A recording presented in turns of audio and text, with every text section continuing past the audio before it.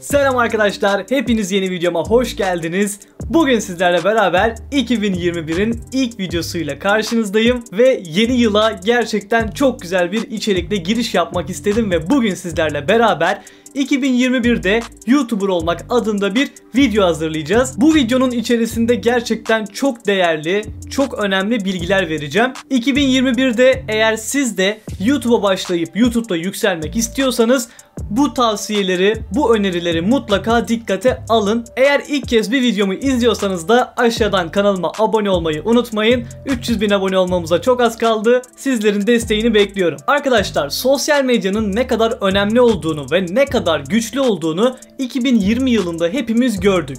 Neden 2020? Çünkü biliyorsunuz ki koronadan dolayı hepimiz evlerdeydik ve gerçekten sosyal medya kullanımı 2020'de çok arttı. 7'den 70'e herkes artık sosyal medyada, bazılarımız izleyici olarak, bazılarımız yayıncı olarak sosyal medyada yer alıyoruz. 2020 yılında YouTuber olmak adlı videomu izlediyseniz eğer, orada bahsettiğim şeylerin birçoğu hala geçerli. Eğer o videoyu da izlemediyseniz kartlar bölümünden izleyebilirsiniz. Ama ben bu videomuzda sizlere 2021'de, yani bu yıl YouTube'a başlarken veya YouTube'da yükselirken nelere dikkat etmemiz gerekiyor, bunlar hakkında konuşacağız. O zaman şimdi isterseniz hemen videomuza geçelim. Evet, tavsiye 1. Arkadaşlar, benim de eski videolarıma baktığınız zaman YouTube'daki SEO ile alakalı videolarım olduğunu görmüşsünüzdür. 2021 yılına geldiğimizde artık SEO olayının çok da fazla önemli olmadığını sizlere söylemek istiyorum. Yani SEO'dan kastım şu: videonuza eklemiş olduğunuz etiketler veya açıklama kısmında anahtar kelime geçirmek vesaire, bunların artık günümüzde çok da önemli olmadığını sizlere söylemek istiyorum. Artık arkadaşlar, YouTube'un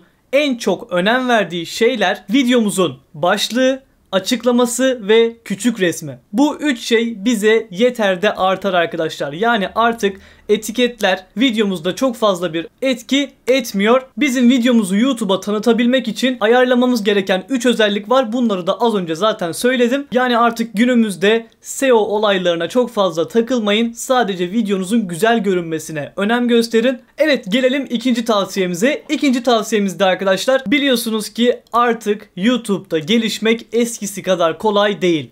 Çünkü eskiden çok az rakibimiz vardı. Çok kaliteli içerik üreten YouTuber yoktu ve biz kolay bir şekilde göz önüne gelebiliyorduk. Hızlı bir şekilde yükselebiliyorduk. Ama artık maalesef ki arkadaşlar, günümüzde yükselmek çok daha zor. Çünkü artık 7'den 70'e herkes her alanda, her konuda kanal açıp izlenebiliyor. Bu yüzden bu kadar fazla rekabetin olduğu, bu kadar fazla rakibin olduğu bir platformda da yükselmek gerçekten zor arkadaşlar. Ama şunu da söylememde fayda var: yayıncıların artmasıyla izleyiciler de arttı YouTube'da. Yani evet, YouTuber sayısı arttı ama aynı zamanda kitle de genişledi. YouTube'a ne zaman başlarsanız başlayın, asla geç kalmış sayılmazsınız. Ama benden size tavsiye, elinizi çabuk tutun. Çünkü artık yerini kapan kaptı. Kapamayanlar da maalesef ki olduğu yerde sayıyor. Ve rakiplerinizin de önüne geçebilmek için mutlaka yapmanız gereken çok önemli şeyler var. Bunları da videonun ileriki dakikalarında söyleyeceğim. Evet, bir sonraki tavsiyemize gelelim arkadaşlar. Bir sonraki tavsiyemiz de tabii ki izlenme süresi. Videomuzdaki en önemli şeylerden biri izlenme süresidir. YouTube videomuzun ne kadar iyi olduğuna veya ne kadar kitleyle iyi eşleştiğini ölçebilmek için tabii ki videonun izlenme süresine bakıyor. Ve son zamanlarda, son yıllarda YouTube'un en önem verdiği şey bu izlenme süresi arkadaşlar. İzlenme süresi dediğimiz şey de tabii ki videonuz izleyiciler tarafından ne kadar izleniyor. Yani videonun tamamını mı izliyorlar, videonun %50'sini mi izliyorlar, videonun %10'u mu izliyorlar? Bu oran ne kadar yüksekse sizin videonuzda arkadaşlar hem aramalarda daha çok çıkar hem de önerilenlerde YouTube videonuzu sık sık ana sayfaya göz atma özelliklerine çıkarır. Yani anlayacağınız, izlenme süresi her şeydir. Videonuzun ilk dakikalarında mutlaka dikkat çekici şeyler yapın ve en azından 10 dakikalık bir videoda 3 dakikalık izlenme süresine ulaşın. Gelelim 4. tavsiyemize. 4. tavsiyemizde arkadaşlar, eğer sıfırdan YouTube'a başlayacaksanız mutlaka kanalınızı ilk başlarda arkadaşlarınıza, akrabalarınıza, dostlarınıza veya yakın çevrenizde kim varsa onlara atın ve videolarınızı izlemelerini, ama videolarınızı tabii ki sonuna kadar izlemeyi onlara söyleyin arkadaşlar. Çünkü yapılan aslında en büyük hatalardan birisi de bu. Sıfırdan bir kanal açtığınız zaman arkadaşlar, siz bu videonuzu, örnek veriyorum, bir arkadaşınıza atıyorsunuz ve o arkadaşınız videonuzu sadece izlenme gitmesi için, yani videonuzu açıyor, 10 saniye sonra kapatıyor. Bunu yaptığı zaman videonuz zaten izlenmemişken, sıfır bir kanaldayken YouTube videonuzu daha da aşağıya çekiyor. Çünkü izlenme süresini o arkadaşınız düşürüyor. Yani videolarınızı arkadaşlarınıza atarken, dostlarınıza atarken söylemeniz gereken şey şu: videomu sana atıyorum, videomu izle, en azından 4 dakika 5 dakika videomu izle diyebilirsiniz. Bunu yaptıktan sonra arkadaşlar, en azından kanalınız şöyle bir 100 aboneye kadar ulaştıktan sonra eğer bir reklam bütçesi ayarlayabilirseniz Google Ads sayesinde reklam verebilirsiniz videolarınıza. Daha fazla bir kitleye ulaşabilmek için reklam verebilirsiniz. Her videonuz için 30 lira 40 lira gibi bir para ayırabilirseniz eğer videolarınızı ufak ufak izletmeye başlayabilirsiniz. Abone sayınız da zaten yükselmeye başlar. Ve gelelim 5. tavsiyemize. 5. tavsiyemizde arkadaşlar, eğer YouTube'da para kazanmanız açıksa, yani artık YouTube'dan para kazanıyorsanız, düzenli olarak her ay hesabınıza para yatıyorsa ve bu para hatırı sayılır bir paraysa, yani 1500-2000 TL civarlarındaysa mutlaka şirketinizi açın ve verginizi ödemeye başlayın. Bakın arkadaşlar, 100 lira 200 lira gibi paralardan bahsetmiyorum. O kadar kazanıyorsanız zaten verme gibi bir şansınız yok. Vergi verme gibi bir şansınız yok. Çünkü vergi oranları zaten yüksek.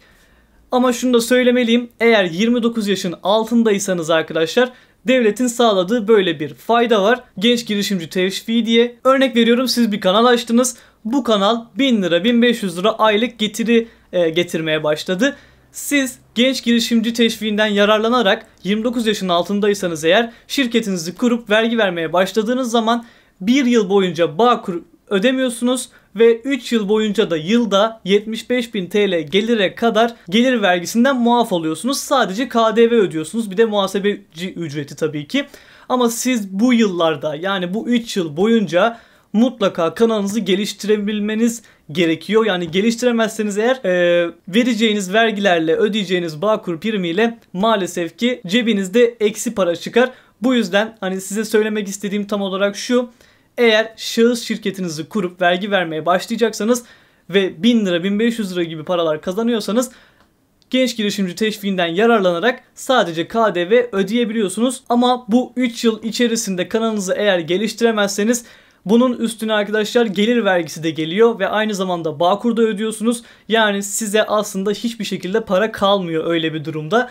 O yüzden dediğim gibi, eğer o tarzda paralar kazanmaya başladıysanız mutlaka verginizi vermeye başlayın. Çünkü biliyorsunuz ki geçmişe dönük incelemeler başladı son zamanlarda ve daha önceden vergisini ödemeyen YouTuber'lara da maalesef ki borç çıkartıyorlar. Bu yüzden dikkatli olmakta fayda var. Arkadaşlar, bir sonraki tavsiyemize gelelim. Bir sonraki tavsiyemizde YouTube'un kendi sayfası olan Kreatör Akademi hakkında birazcık bahsetmek istiyorum. Burada da arkadaşlar YouTube'un kendi eğitimlerini görebiliyorsunuz. YouTube tamamen güncel bir şekilde size burada YouTube'u anlatıyor detaylı bir şekilde. Türkçe altyazılı videoları da var. Onları da izleyebilirsiniz. Burada mesela arkadaşlar birçok eğitim seti olduğunu görüyorsunuz. Mesela şuradan kataloğa bastığım zaman karşıma görmüş olduğunuz gibi birçok eğitim seti karşınıza çıkıyor. Yani bunları izleyerek de YouTube hakkında daha fazla bilgiye sahip olabilirsiniz. 2021 yılında da daha başarılı, daha güzel işler yapabilirsiniz demiş olduğum gibi. Örneğin arkadaşlar, burada YouTube'dan para kazanmayla alakalı bir eğitim seti var. Bunu mutlaka izlemenizi öneriyorum. Nasıl para kazanılır, hangi yollardan para kazanılabilir, bunları anlatıyorlar. Çok da detaylı bir şekilde güzel eğitim setleri hazırlamışlar. Burada mesela oyun kanalınızda başarıya ulaşma diye bir eğitim seti var. Onu da izleyebilirsiniz. Yani burada size uygun olan hangisi ise onu izlemenizi tavsiye ediyorum. Burada birçok eğitim seti var. Şöyle aşağıya doğru indiğimde de birçok video olduğunu zaten siz de görüyorsunuz arkadaşlar. Açıklama kısmında link bırakırım. İsterseniz oradan gidebilirsiniz. YouTube'un kendi sayfası. Evet, söyleyeceklerimiz bu kadardı arkadaşlar. İzlediğiniz için çok teşekkür ediyorum. Benim kanalımı eğer ilk defa izliyorsanız ve videomdan da memnun kaldıysanız lütfen aşağıdan abone olmayı ve videomu beğenmeyi unutmayın. Bugünlük benden bu kadar. Görüşmek üzere. Hoşça kalın.